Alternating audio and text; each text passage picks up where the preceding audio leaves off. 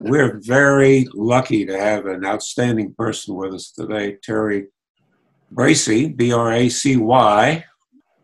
You might know of him by his articles in the Arizona Daily Star in Tucson. Terry has an amazing background, so I'm going to just give you a little bit of information. He can fill us in.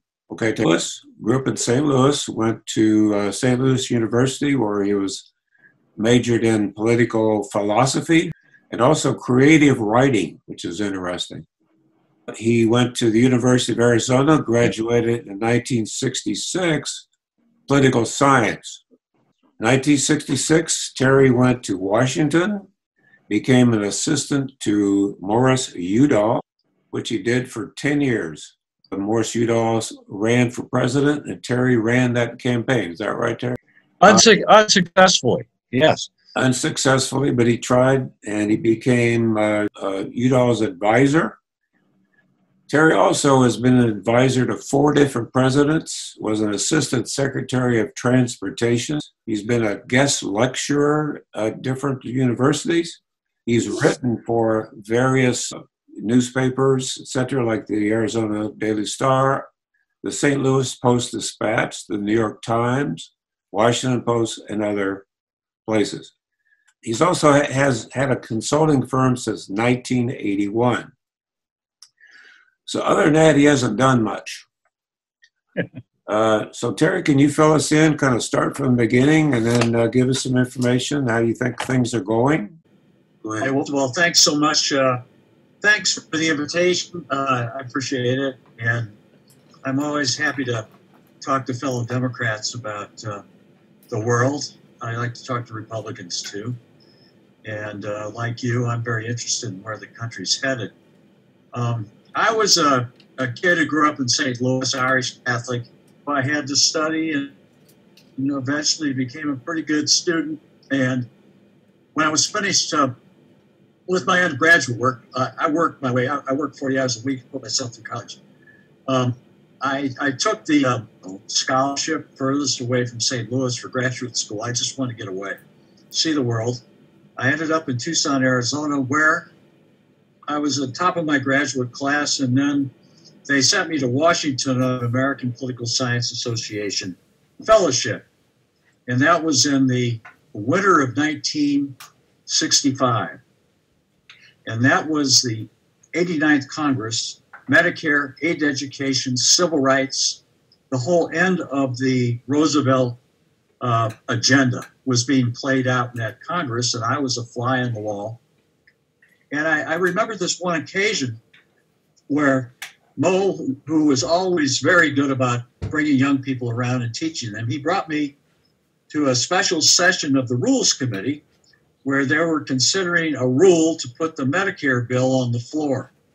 And the Rules Committee at that time was run by Judge Smith, Howard K. Smith of Virginia, who was one of the old Southern barons who then ran Congress. And Smith was a real old fuddy-duddy, and he considered Medicare, the idea of it to be socialism. He fought from the time that Harry Truman proposed it. And there I was in this very small room, which had an oblong table, and around it 20 members of the Rules Committee, and then surrounding them another 20 seats for visitors and potential witnesses. One end of the table was Judge Smith, who represented the old Southern Democrats.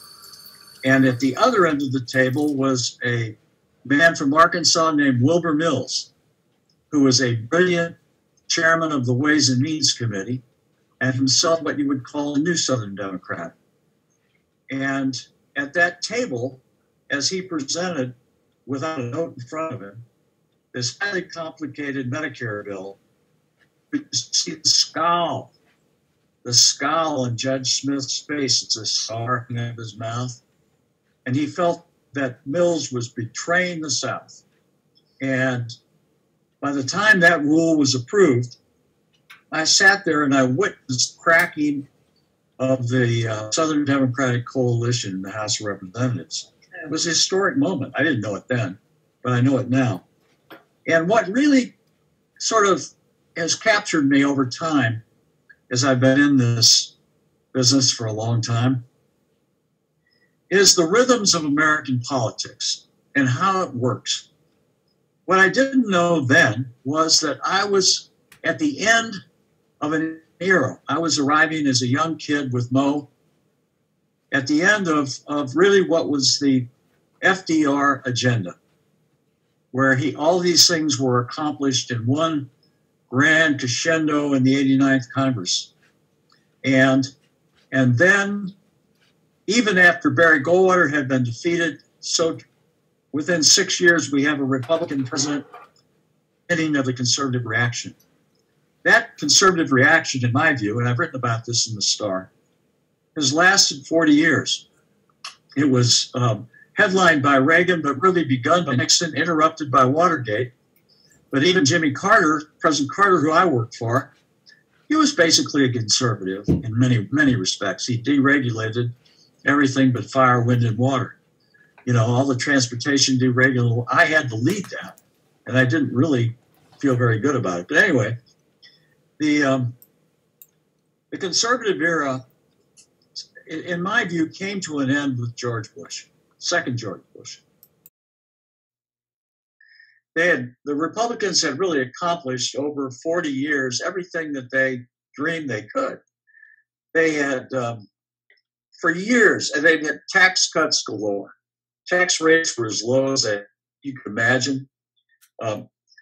Corporate governance was not at all regulated. They're thinly regulated at best.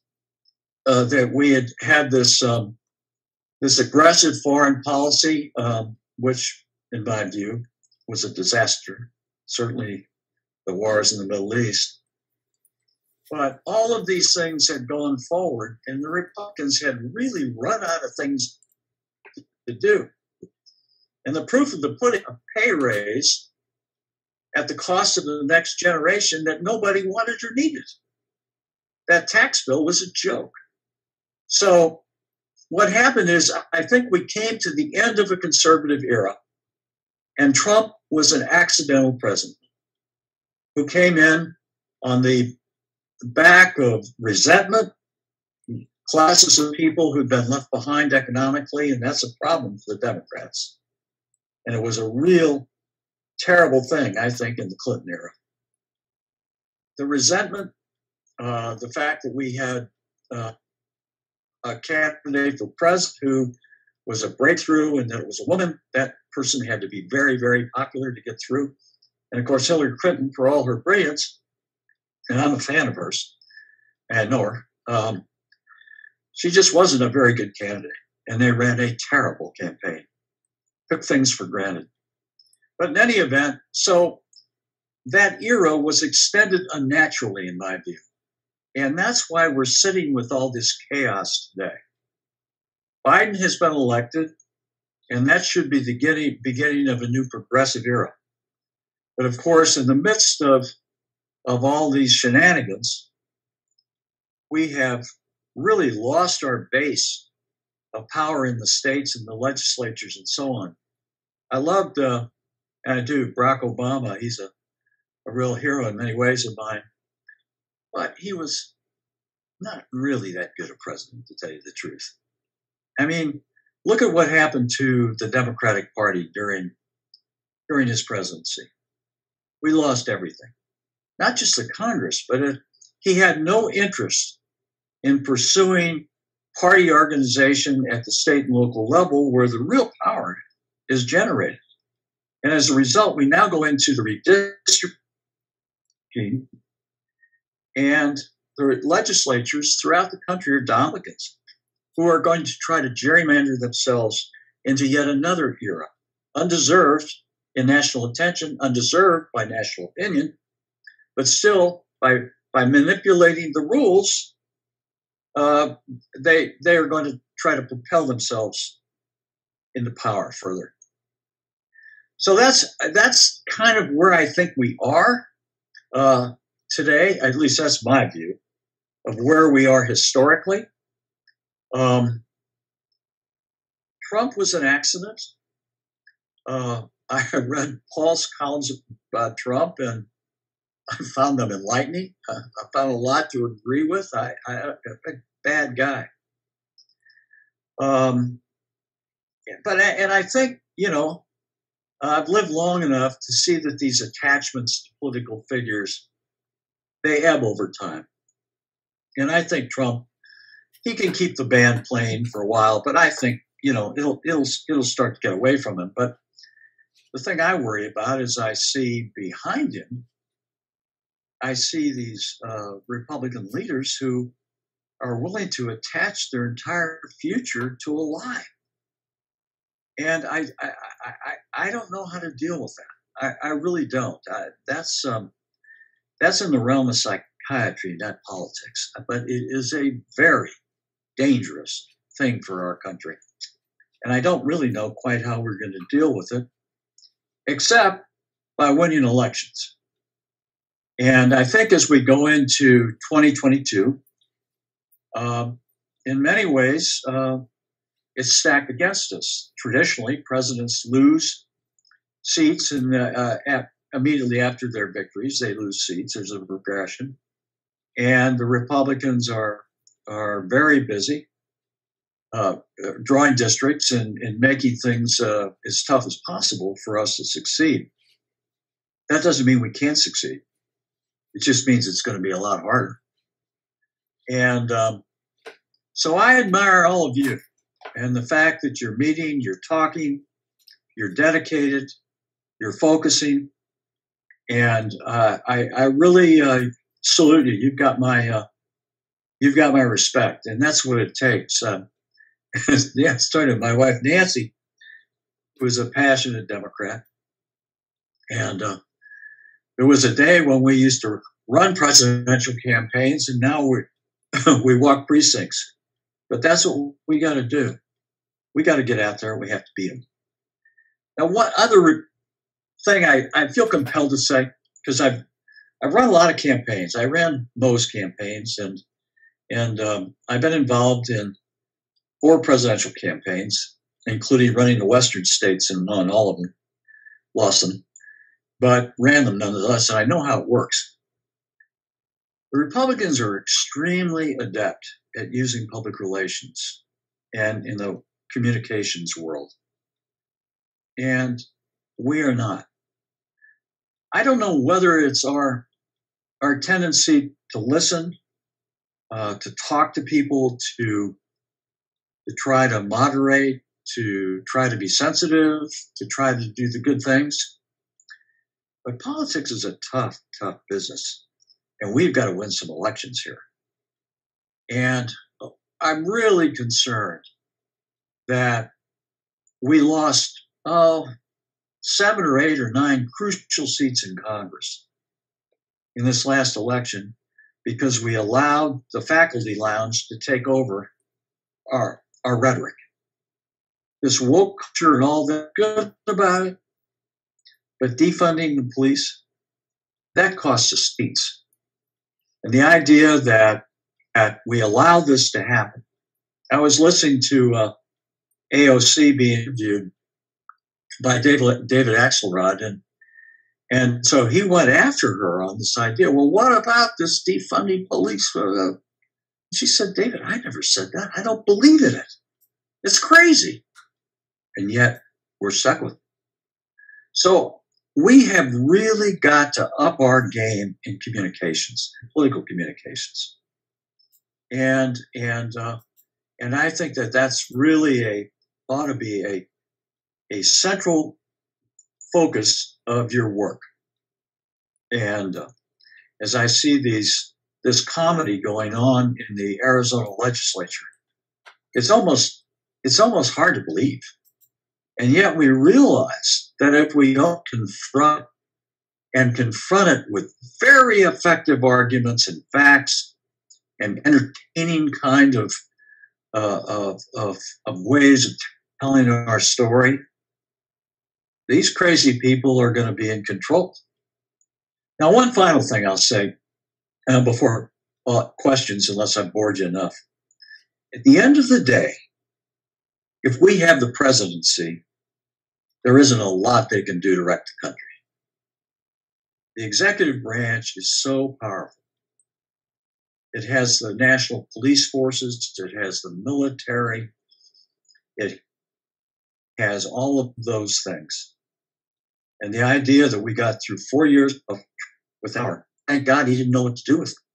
I really do. He had no clue what to do with it. And so as long as we've got the presidency, we're going to be okay. But if we want to advance our issues and make a good country for our kids and our grandkids, there are a lot of programs that need to be passed. And things need to be reset for the future in this society. The Republicans are going to do everything they can to prevent that. They're going to do it in the Congress, and they're going to do it on the Supreme Court.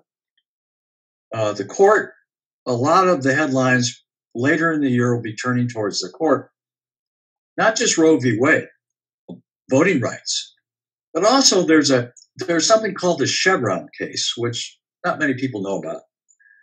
But what that's all about is, in the case of Chevron and their oil spills and whatnot, the Supreme Court found that when it comes to issues of regulation, deference must be given to the executive branch and their expertise. And that's been the rule. And that's given executive branch regulators the power that they've had to do a lot of good stuff. Sometimes they overstep, but not that often. But they have a lot of expertise and it needs to be used. Otherwise, capitalism goes crazy. Well, the Supreme Court has decided that they'll accept a case to test the Chevron case.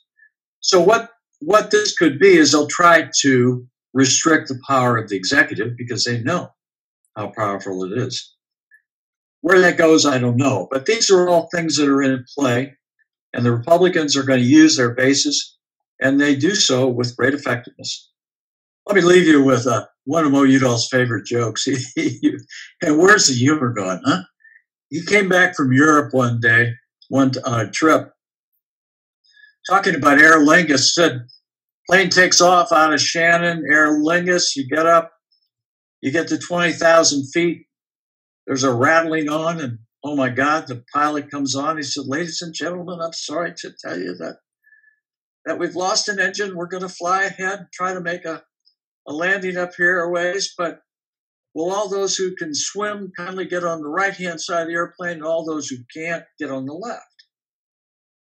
And he goes on, and that's all accomplished. And another 10 minutes later, there's another rattle, and planes bouncing around. The pilot comes on and says, ladies and gentlemen, I'm very sorry to tell you that we've lost another engine, and we're going to have to ditch. He said, for all those on the right-hand side of the airplane can swim, Shannon is about 45 miles north-northeast. And for those on the left, thank you for flying Aer Lingus. So I think sometimes we feel like we're stuck on that airplane. There's nothing we can do about it. Well, there's a lot we can do about it. And what you're doing, your activism, is what it's all about. Thanks. All right. Thank you very much, Terry. You gave us a lot of good information. We have a couple of questions for you to start with on chat. And here's one for you to see if you can respond. If the Republicans gerrymander some states, can they be challenged in court? Everything can be challenged in court. But the courts have been very deferential to the legislatures to establish congressional districts. In some cases, federal judges have stepped in. I think they did in Arizona, and caused us to form an independent commission, which was one of the best things that I've seen done in Arizona politics in many years. I can't remember who did, but it was very brave. Yes, it can be challenged in court, but courts have given great deference to legislatures to draw congressional boundaries. Okay. Would you comment on the filibuster? Well, like all things in life, it's good and bad. If it's Wednesday and we're talking about trying to pass the voting rights bill, I'm against it. And if it's Friday and we're trying to stop a right-wing judge, I'm for it. The essential constitutional rationale for the Senate, as you know, Paul, was that it was supposed to be the branch of government that cooled things off. The passions of the House, a 2-year term, members would come back freshly invigorated by the latest passions. The Senate could sit on it and sift through it and think about it. And in its best uses, the filibuster was a good way to do that. In its worst uses, the filibuster held up the Civil Rights Act and so on. But I'm not completely sure that we want to get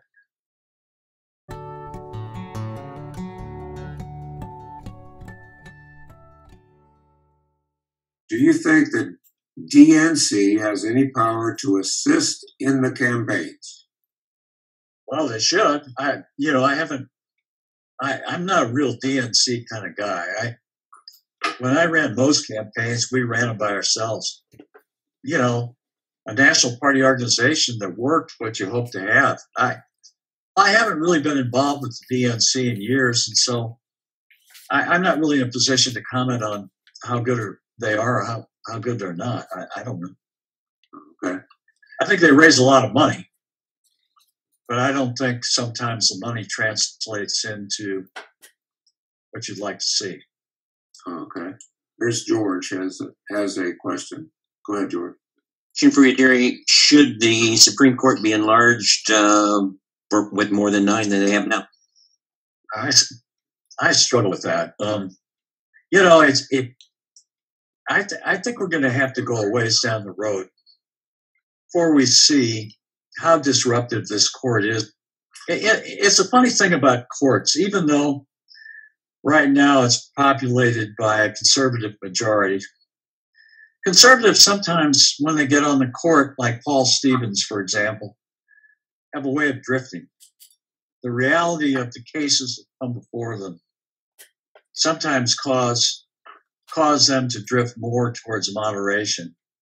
And they're human beings too, they don't want to be thought of as vile people who are holding up progress. Now, you've got a couple on there that Alito, I think that's a very bad appointment.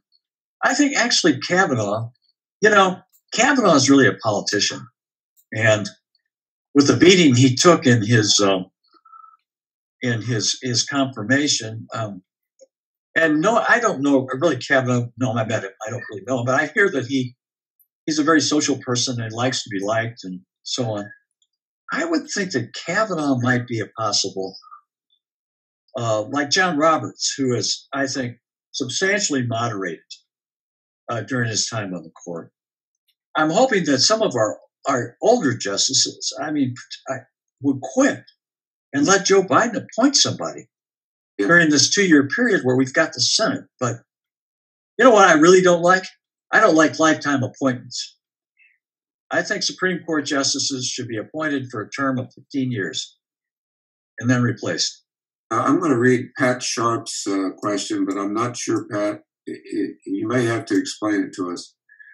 She says she's a Lindenwood grad, class of 65. Have you seen the documentary at Missouri on PBS? I think that's what it's called. At Mo. I haven't seen that, but I had the privilege of dating a few Lindenwood co-eds. It was a woman's school at that time. We go down to Columbia to see the Mizzou football games, and Lindenwood was down there, and it was always fun. Another question for you from Pat Burgess. Should Biden work to pass his programs with just Democrats? Could the new programs bring the Democratic seats back?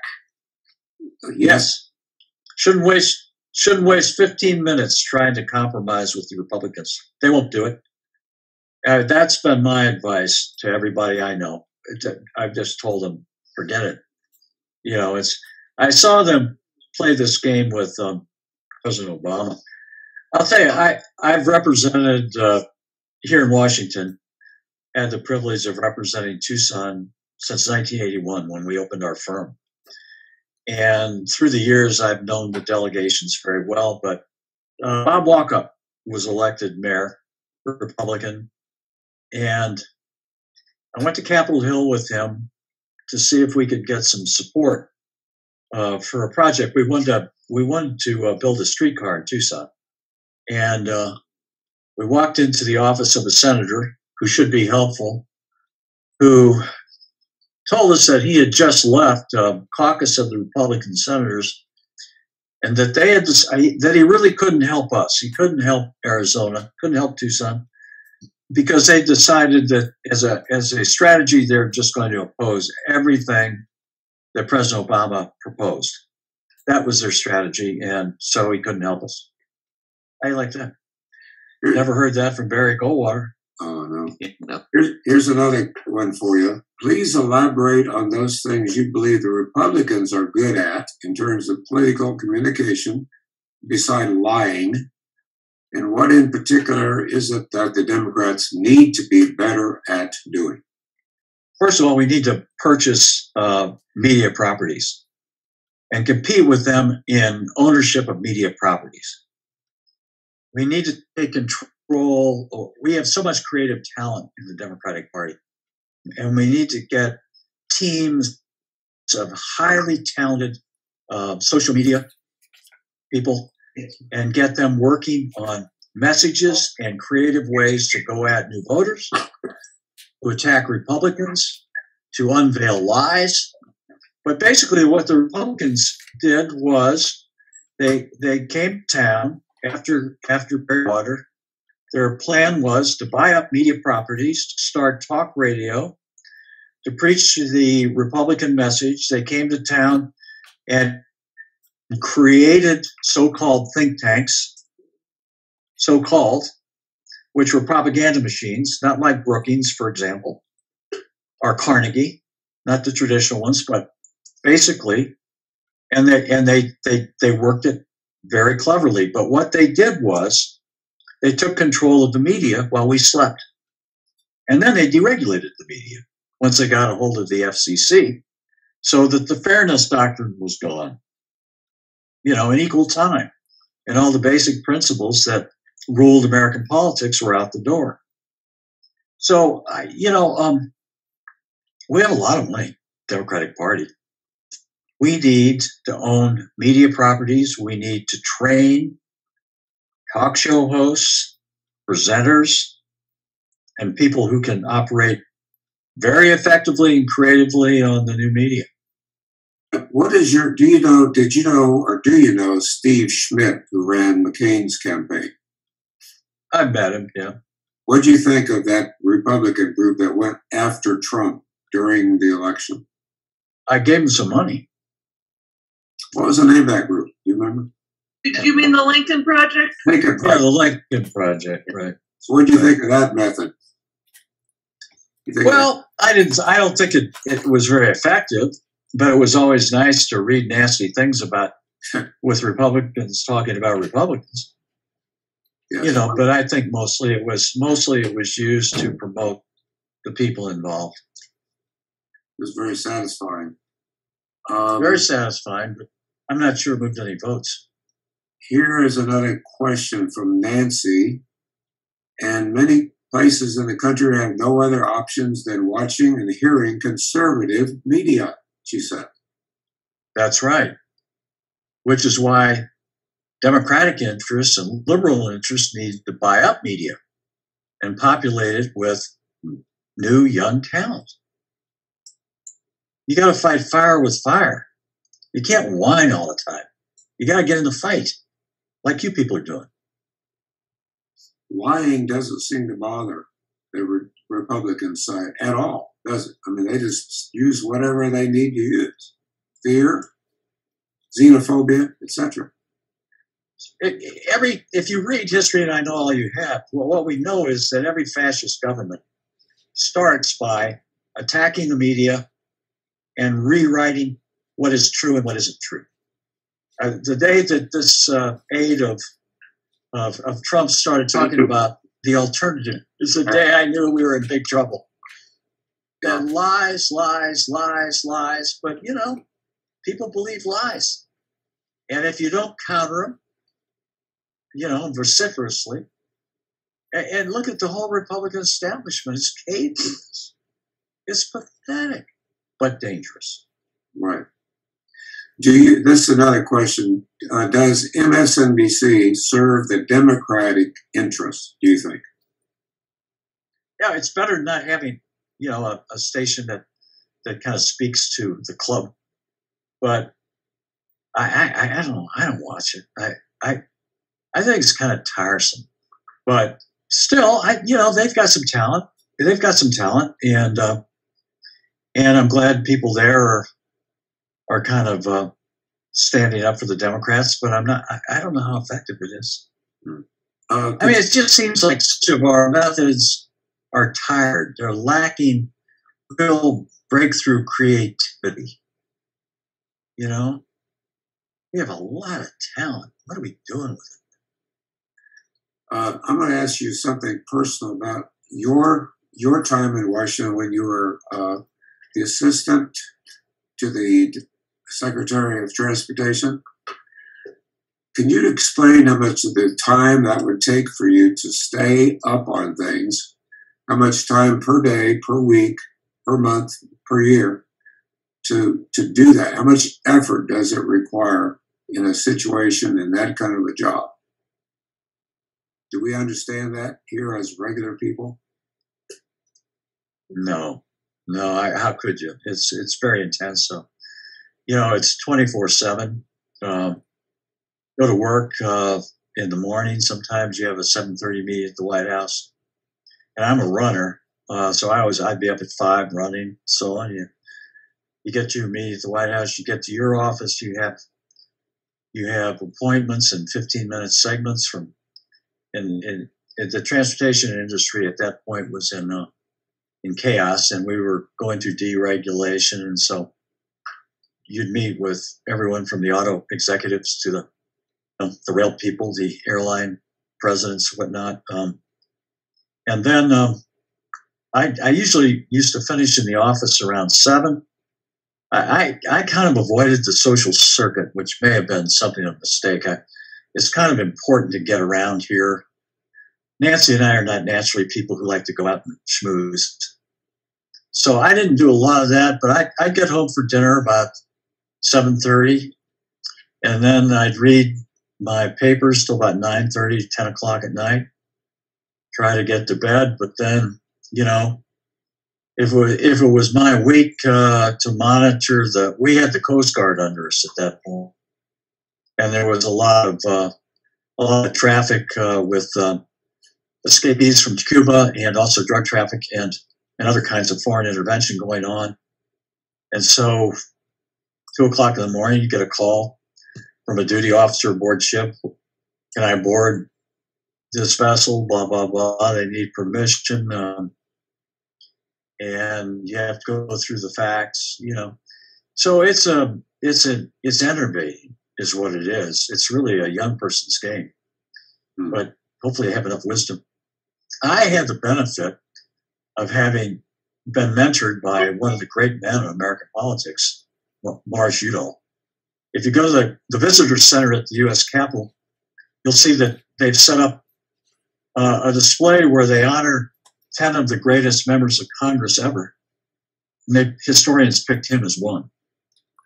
And so I was, mentored by a great man, and I had a great deal, although a young man, I started when I was 22. I had a great deal of experience putting legislation through Congress. I ran a committee staff, and then, I ran campaigns also. It was kind of multi-purpose in those days, those jobs. So I was young when I was an assistant secretary my first time around, about 32 years old. But I'd had 10 years of experience in Washington at a fairly high level, and I knew a lot of people, and I had a reputation. People, you acquire these things. At the end of my stay in the executive branch, I really wanted to go back to Tucson. But when I went back to look for the right kind of job, it wasn't there. the university talked to me about being a vice president, maybe for university relations, and that interested me, frankly. It had to get through the board of regents, and I didn't have a job, and I had to we had a mortgage, and I had 2 kids, So I just started a little lobbying shop, and my first client was the city of Tucson, and our firm still represents the city of Tucson. And other cities, right? Yeah, my firm is representative, yes, but we've also been very, very particular about we represent it. Because of our business has always been representing states. So a lot of Arizona work, but we also have represented Seattle, Atlanta, Fort Worth, Lewis, and others. Wow. Very busy. George has his hand up. Did you have a question, George? I'm just curious what your comment would be for the Democrats in regards to an independent commission to investigate the insurrection riot at the Capitol. Yes, I would have the commission. I would appoint it. I would I would put it to the Republicans on a vote, and if they all vote against it, then just one more nail in the coffin. Come back to bite them someday. But yes, I would definitely have that done, and I think it needs to be investigated. And I think there's a lot more to it, George, than we know. There's a lot that's been stirring in the background with these crazy right-wing groups. And I think domestic terrorism is a serious threat that we face. And that's why I say I think it is so important that we retain the presidency and fundamentally have the national police force, because I'd hate to see it in the wrong hands. Yeah, I'm concerned too. Also, besides that, the corruption or the possibility of corruption they might find in both the military and the Secret Service. Could be. My experience with the Secret Service, although I've heard some bad stories times, but they did a good job of protecting me. And the Secret Service in my era, when I was in, or had problems which required their attention, I was always very impressed with the Secret Service. The military, one of the problems you've got with the Pentagon is they have too much money. A GS-13 over at the Pentagon probably has the ability to approve contracts up to $20 or $30 million without much oversight. And I think that kind of thing breeds corruption. And of course, you have the whole military industrial complex here in town.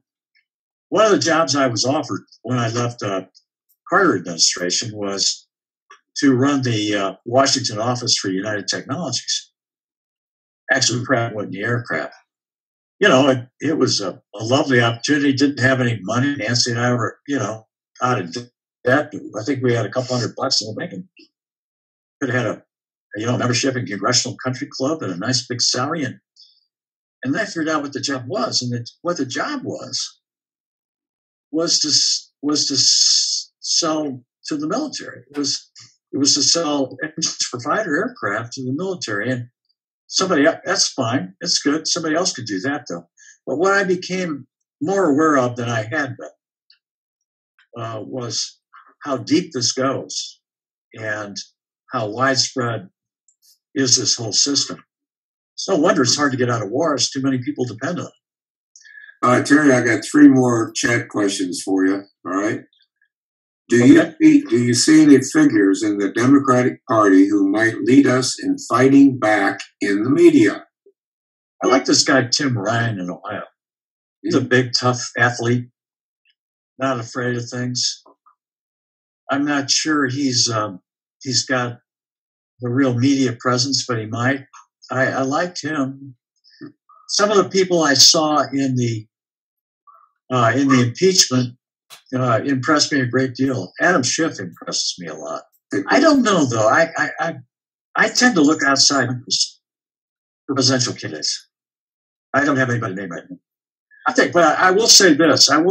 I think the era ahead may be the era of the women. I mean, some of our best governors now are women. And I see what this Governor Whitmer's had put up with up in Michigan. I had nothing but admiration for one. I tend to look at the women right now for talent. Then there's a South Dakota governor who's about like you said, Trumper. She's a piece of work. Yeah. Another question. It's a comedy. Are you currently a consultant to the Biden administration at all? Or do you wish you were? No, I just mouthed off to the people I know. From Doug. I'm a has-been. Yeah. Has been and did well. How can our cyber warfare capabilities be improved? This is from Doug. Yeah, Doug, I don't know. I'm an old guy who struggles with the continuing education on technology. It does baffle me that, given that DARPA invented this whole system, that DARPA hasn't come up with ways to protect it. You know, the DARPA being the inside scientific end of the Pentagon, where all the geniuses are. They invented the internet completely. I think we've been asleep at the wheel. I think that we've taken a lot for granted. I think we've coasted as a society. I think we've become uneducated as a society. People don't know civics. They don't know how their governments run. They don't know who the vice president is.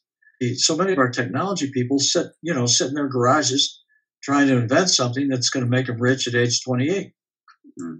I would hope and pray that we're recruiting the best and the brightest out of our schools. But unfortunately, what I'm seeing is, and I've hired a lot of young people in my time, what I'm seeing is that we send all these really smart kids to our best schools, and they graduate and go to Wall Street and start trading bonds, making money. The answer is, I don't know. Unless we have a national initiative on this, like we did with the space program, to stay ahead, And I think we will. I do. We've got to do it. Well, and there probably will be more ransomware attacks. I can't imagine there won't be. Here's a comment from Ray, who has a background in computers. He said, "Get off the net. Use hardware, not software, for security." I think that's a good idea. This whole idea that we've got top secret stuff passed around on the internet, I don't get it. I think there's a laziness to it. I think it's easy, and I think there's a tendency when you don't have the right leadership to do the easy thing. That said, I have to say this. I don't want to leave the wrong impression. The hardest working people I've ever worked with, were in the federal government. And a lot of the absolute brightest people I've ever dealt with.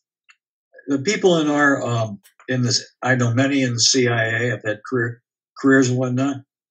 They're first rate, and I think that of a lot of the military that I've dealt with, although they're a completely different kettle of fish. So I think that there needs to be a reappreciation of federal service, and we need to work hard in our colleges to recruit into our agencies the very best people we can. And I think if we do that, these problems will take care of themselves.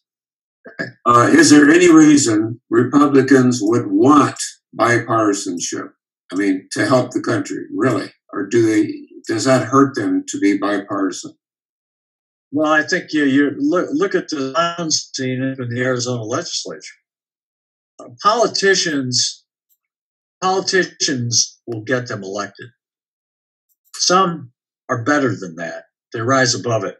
Morris Udall was one. Barry Goldwater was one. And there are others. There are many.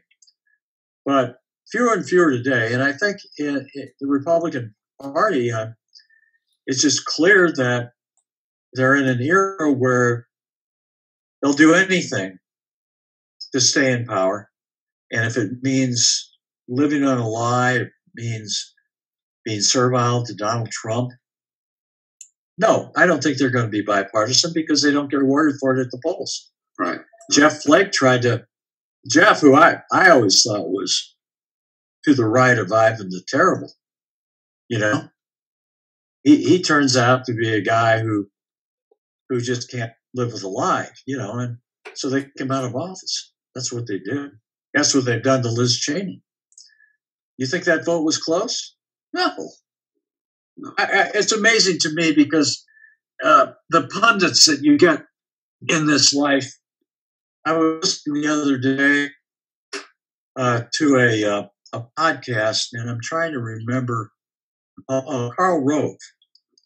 He was asked, "Well, tell us, Karl, do you really think to kick out Disney?" And he said, "They won't do that." What does that tell you? You've given us an amazing amount of information, and let's see if we have any more questions. Oh, could you kind of boil down what the motivations for the Arizona recount situation was? Well, what was going on up there, Maricopa? Just why were they doing that? Well, Paul, you know more about psychiatry than I do. I mean, they're trying to be famous. See, this is all being covered by this crazy right-wing new network. They're following this like it's a living, breathing, moment in history. And you've got these third-rate nickel politicians up there who've never done anything in their lives, thinking, "Oh my God, I can be famous. I'm important. Look, I'm on television. Look, they know my name." And it feeds the psychiatry of this, feeds on these people. And that's why they're doing it. They're doing it to their own net. Why else would they? It's crazy. It's madness. It is. It doesn't represent the world. Madness. And what's this governor doing about it? It's just out of touch with these crazy conspiracy theories that they adopt and live their lives through this kind of stuff. It's all, as I say, it belongs in a psychiatrist's office. Will Rogers was right way a long time ago, wasn't he? Things haven't really changed much. Comment for you. Thank you so much. Very informative and stimulating from Barb.